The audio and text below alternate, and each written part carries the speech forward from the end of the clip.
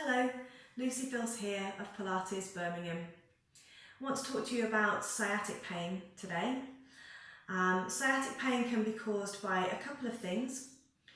You can have a herniated disc in the lower back, so a slip disc in the lower back, which can be pushing onto the sciatic nerve, which can send the nerve pain down the leg either side.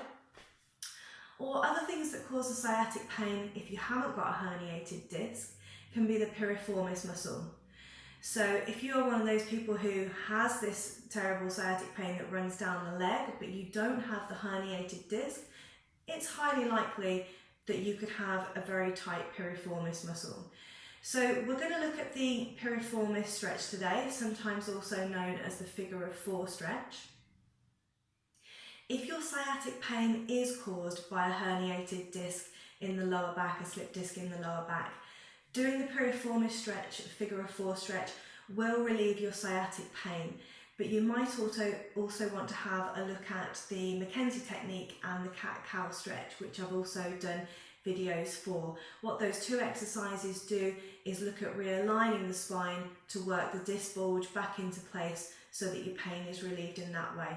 But certainly doing this stretch will also help you a lot as well. So let's have a little look at it. You want to be lying down on your back.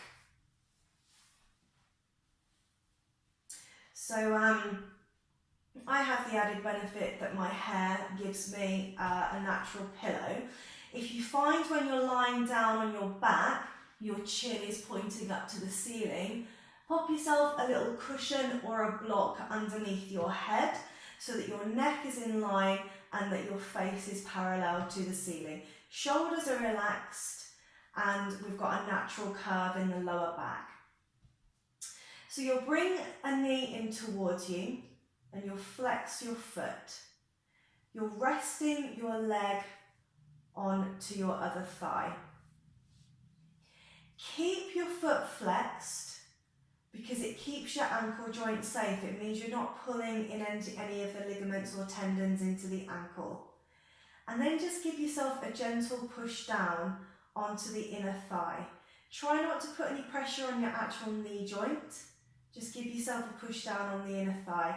Try to keep your opposite hip down on the mat. We don't want to be lifting up the hip in this position. So try and keep that opposite hip down. I'll just show you what that looks like from this position as well. So we've got the foot flexed, we've got the foot resting onto the opposite thigh, keeping the flex, and then you're pushing down onto your inner thigh.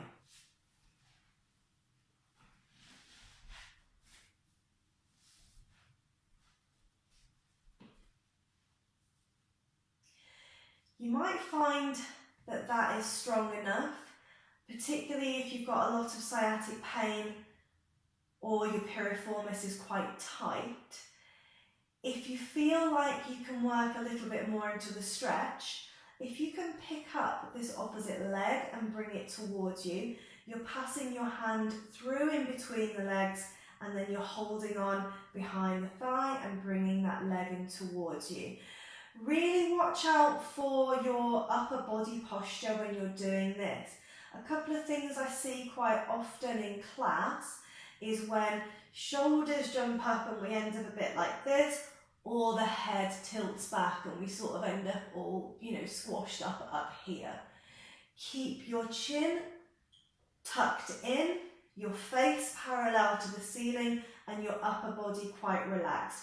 What you might find if the body is quite tight, I'll just show you that from this way whilst I'm talking.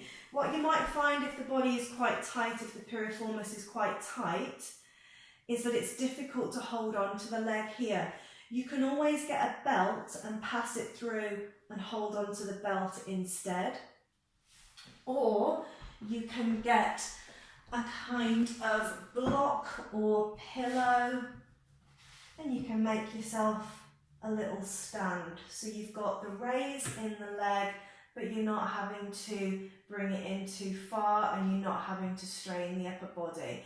You should feel this stretch down here. It'll feel like it's in the muscle in the bottom into the hip. The piriformis actually runs underneath the main glute muscle.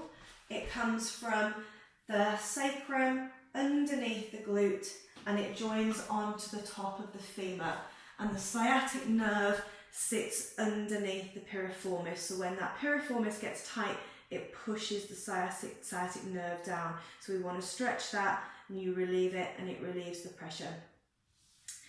So that's your figure of 4 stretch.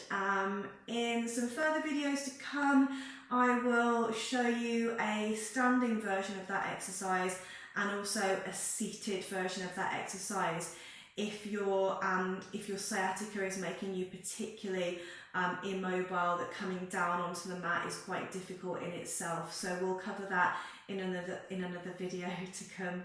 Thank you so much for watching. Do subscribe if you enjoy the videos. Thank you so much.